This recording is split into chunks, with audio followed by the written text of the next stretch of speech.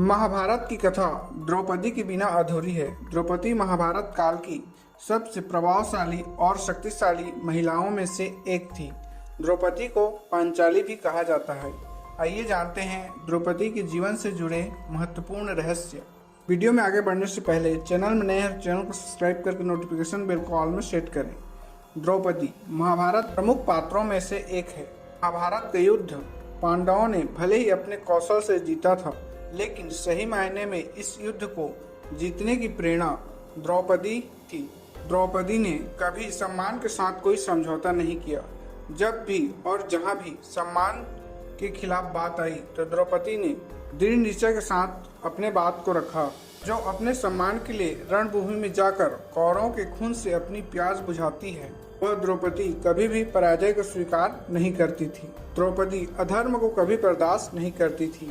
यही कारण था कि जब भरी सभा में द्रौपदी का चीरहरण कर अपमान किया गया तो सभा में बैठे भीष्म पितामह, गुरु द्रोण और कृपाचार्य जैसे महारथियों की कठोर निंदा करती है और उन्हें आगाह करती है कि इस कृत्य के लिए उन्हें इतिहास कभी माफ नहीं करेगा। द्रौपदी राजा द्रुपद की पुत्री थी।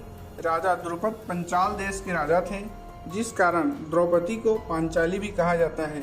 राजा द्रुपद ने द्रौपदी को कुल से उत्पन्न किया था, जिसके फलस्वरूप उन्हें एक पुत्र और एक पुत्री की प्राप्ति हुई थी। यज्ञ से उत्पन्न होने के कारण द्रौपदी को याज्ञिनी भी कहा जाता है। यज्ञ से जो बालक पैदा हुआ उसका नाम धृष्टद्युम्न था। द्रौपदी को पूर्व जन्म में पति का सुख प्राप्त नहीं हो सका, इसीलिए उन्होंने भगवान शिव की कठोर तपस्या की।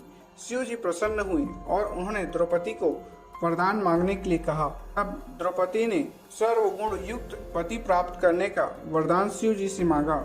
वरदान के कारण ही द्रौपदी को 5 पति प्राप्त हुए, जो अलग अलग गुणों से युक्त थे। द्रौपदी को आजीवन कुंवारी रहने का भी वरदान प्राप्त था, जिस कारण द्रौपदी ने अपने सभी पतियों के साथ सम्मान व्यवहार कर पाती थी। सभी पतियों के साथ पत्नी धर्म को निभाते हुए भी द्रौपदी हमेशा कुंवारी रही। 5 पांडवों में से सबसे अधिक लगाव भीम से था। इसका कारण यह है कि पांडवों में भीम पहले ऐसे व्यक्ति थे जो द्रौपदी के साथ होने वाले अन्याय पर सबसे पहले विरोध करते थे। चीरहरण के दौरान भी भीम ने ही सबसे अधिक विरोध किया।